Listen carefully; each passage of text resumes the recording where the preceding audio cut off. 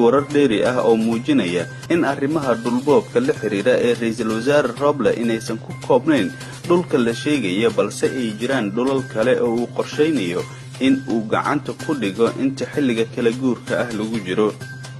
Dukumentigan hoose oo laga soo dusiyay qaybta kaydka dukumentiyada arkiifyada dawladda hoose waxa ku cad codsi uu ra'iisul wasaaraha u qortay duqa magaalada Muqdisho Cumar Finish 18 May 2021 oo uu ku dalbanayo in la siiyo saldhigga degmada Waaberi laga wareejiyo dan guud loona wareejiyo isticmaal shakhsi ah si uu ugu noolaado ra'iisul wasaaraha.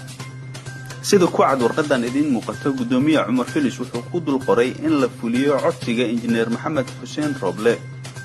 waaxda dhulbixinta ayaa baadigoob dhul oo qaatay 2 isbuuc markii ay sameysay kadib waxa ay soo jeedisay in dhul ku yaala Jayga oo horey loogu asteeyay in laga dhiso saldhigga degmada Waaberi sida ku cad warqad dawladda hoose ee uu saxiixay gudoomiyihii hore ee gobolka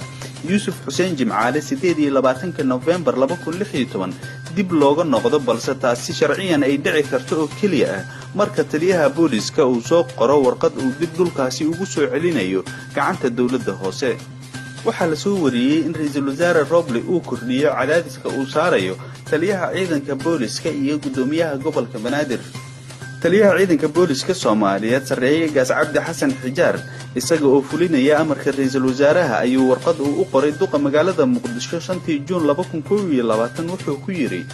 mudane gudoomiye waxaan gacanta ku haynaa dhul hore ee inoo siisay dawladda hoose ee Xamar oo loogu talagalay in laga dhiso saldhigga cusub ee booliska degmada Waaberi kaas oo aan in muddo ah gacanta ku haynay oo aynaan isticmaalin. sida darteed mudane gudoomiye waxaan rabnaa in aan mar kale dib ugu soo celino gacanta dawladda hoose dhulkaas maadaama baahidii naloo siiyay aan ka maaranay.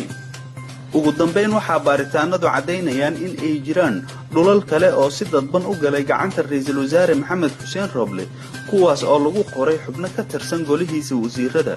si gaar ah ayaa farta loogu goday wasaaradaha waxbarashada iyo warfaafinta.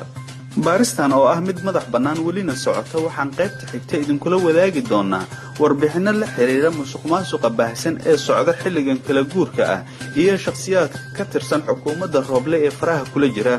sidoo kale baaristu waxay soo bandhigaysaa dukumentiyo cad oo bannaanka soo dhigaya boobka qaawan ee jira iyo xubnaha ku lugta leh.